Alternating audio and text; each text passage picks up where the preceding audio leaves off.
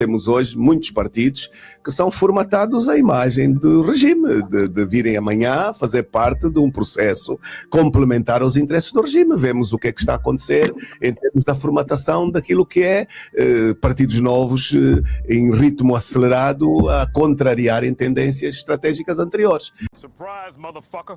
Confia nos outros partidos da oposição.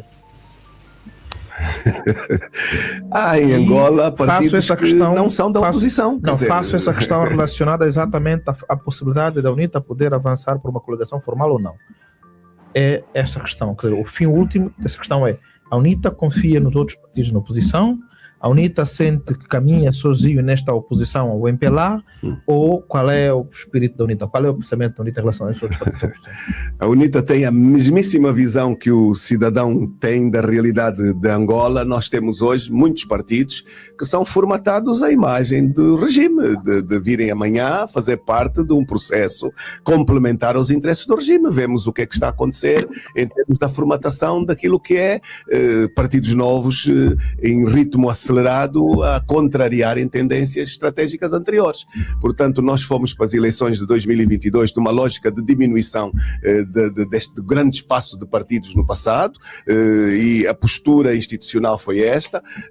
Depois do exemplo que ocorreu nas eleições, depois do susto que o regime apanhou com as eleições de 2022, entendeu que aqui deviam partir para a divisão de voto. E portanto, não é novidade para nenhum de vossas excelências que a postura hoje da legalização decorre, efetivamente, do regime entender que deve fazer tudo para fazer a divisão do voto, a divisão do eleitorado. Daí a lógica deste processo de criação múltipla de entidades novas. Agora, nós estamos atentos, estamos a acompanhar todo este processo e procurando identificar, efetivamente, quem possa, efetivamente, ter a assunção de independência, de projeto próprio, de maturidade e de nos poder ou não enriquecer. Agora, a UNITA tem vindo a afirmar, e isto posso assumir aqui o risco, de dizer que nós estamos muito mais profundamente envolvidos em proximidades com a sociedade civil, nas suas múltiplas realidades, nesta pluralidade que a sociedade também tem. Aliás, a sociedade civil já era uma componente da Frente Patriótica Unida e nós continuamos a olhar para a sociedade, que tem o mesmo risco também, atenção. Amanhã, pessoas individuais podem vir eivadas de processos de vício. E nós sabemos bem o quanto o país hoje tem vícios no âmbito daquilo que são serviços ao Estado, aos serviços de inteligência, enfim, a vários níveis, que vão interferindo, desviando a atenção do cidadão, e o quanto o nosso país tem este processo de vício no seu DNA, e temos que estar muito atentos a esta realidade. As declarações recentes de Adalberto Costa Júnior, presidente da UNITA, no Conversas Essenciais, lançam luz sobre um fenômeno que, embora pareça um sinal de vitalidade democrática à primeira vista, a legalização de novos partidos políticos é, na verdade, uma sofisticada estratégia de sobrevivência autoritária. Ao afirmar que muitos partidos em Angola são formatados à imagem do regime para dividir o voto, Costa Júnior toca no nervo exposto da política angolana contemporânea. Fica calmo aí, é linguagem dos políticos.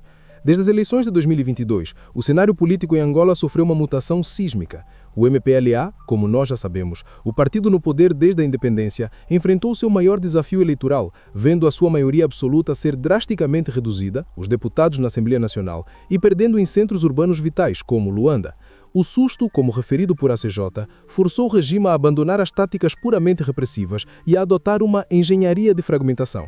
Esta aprovação acelerada de novos partidos pelo Tribunal Constitucional não é um ato de pluralismo, mas uma tática de dispersão de votos desenhada para enfraquecer a Frente Patriótica Unida, FPU, e garantir a continuidade do status quo.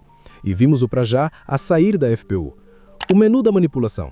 Para entender o argumento de ACJ, é fundamental recorrer à obra de How to Rig an Election, ou seja, em português, Como Manipular uma Eleição, de Nick Cheesman e Brian Klaas. Os autores descrevem o que chamam de o menu da manipulação eleitoral. Segundo eles, regimes autoritários modernos raramente utilizam apenas a fraude grosseira no dia da votação. Em vez disso, utilizam métodos legais para distorcer o campo de jogo muito antes de o primeiro voto ser depositado. Uma das táticas mais eficazes listadas por Cheesman e Klaas é a divisão da oposição.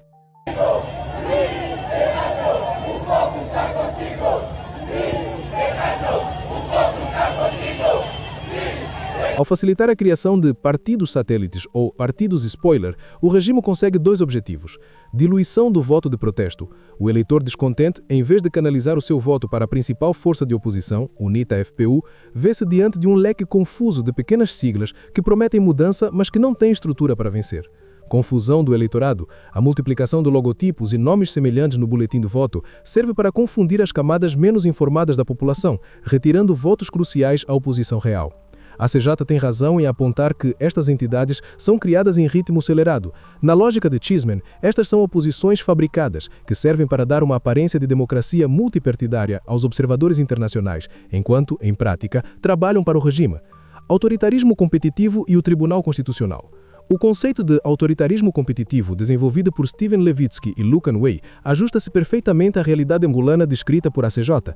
Nestes regimes, as instituições democráticas existem, mas o campo de jogo é tão enviesado em favor do incumbente que a oposição está em permanente desvantagem. O papel do Tribunal Constitucional em Angola é central nesta análise. Levitsky e Way argumentam que o controle do judiciário é a arma mais letal de um autócrata moderno. Como dizem os brasileiros, a pior ditadura é a ditadura do poder judiciário. Contra ela, não há a quem recorrer.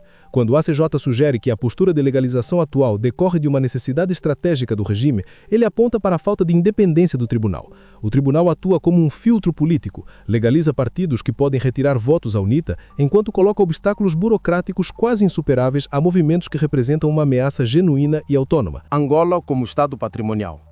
Para compreender por que o regime tem vício no seu DNA, como diz a CJ, devemos olhar para o trabalho de Ricardo Soares de Oliveira no seu livro Magnificent and Beggarly, Angola Since the Civil War. Oliveira descreve Angola como um Estado onde a elite política fundiu-se com os interesses econômicos e o aparelho de segurança.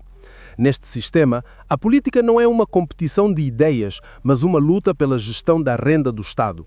O regime vê qualquer alternância de poder não como um processo democrático natural, mas como uma ameaça existencial à sua sobrevivência financeira e física.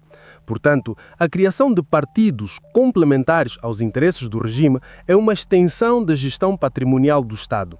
O regime compra pluralismo através da legalização seletiva, utilizando os recursos do Estado para financiar direta ou indiretamente campanhas de partidos menores que atacam mais a UNITA do que o próprio partido no poder. A estratégia da divisão do voto. O argumento de Adalberto sobre a divisão do eleitorado encontra na teoria da coordenação estratégica de Gary Cox. Em sistemas de voto único não transferível ou sistemas proporcionais com círculos onde o vencedor leva muito, a fragmentação da oposição é o melhor presente para um partido no poder que tem uma base sólida de 30% a 40%. Se o MPLA percebe que a UNITA pode alcançar 45% a 50% dos votos numa frente unida, a estratégia lógica não é tentar ganhar esses 50% de volta, o que é difícil devido ao mau desempenho econômico, mas sim garantir que esses 50% sejam divididos entre 5 ou 6 partidos diferentes. Se a UNITA ficar com 35% e os outros pequenos partidos dividirem os restantes 15%, o MPLA vence com os seus votos consolidados e o controlo da máquina administrativa. É uma operação matemática de subtração da força opositora. O DNA de vício e os serviços de inteligência. Um dos pontos mais contundentes do discurso de ACJ é a menção aos serviços de inteligência e ao vício que interfere na atenção do cidadão. Schedler argumenta que regimes autoritários eleitorais sobrevivem produzindo incerteza na oposição e na sociedade civil. O uso do suborno, da infiltração e da criação de factos políticos artificiais através de novos partidos é uma forma de guerra psicológica. Ao inundar o espaço público com novas siglas, o regime retira o foco dos problemas reais, inflação, desemprego, corrupção, e força a oposição a gastar energia defendendo a sua legitimidade ou explicando coligações. Este é o processo de vício a que se refere a CJ, uma política tóxica, onde as instituições não servem o cidadão, mas sim a perpetuação de um grupo, a sociedade civil como antídoto.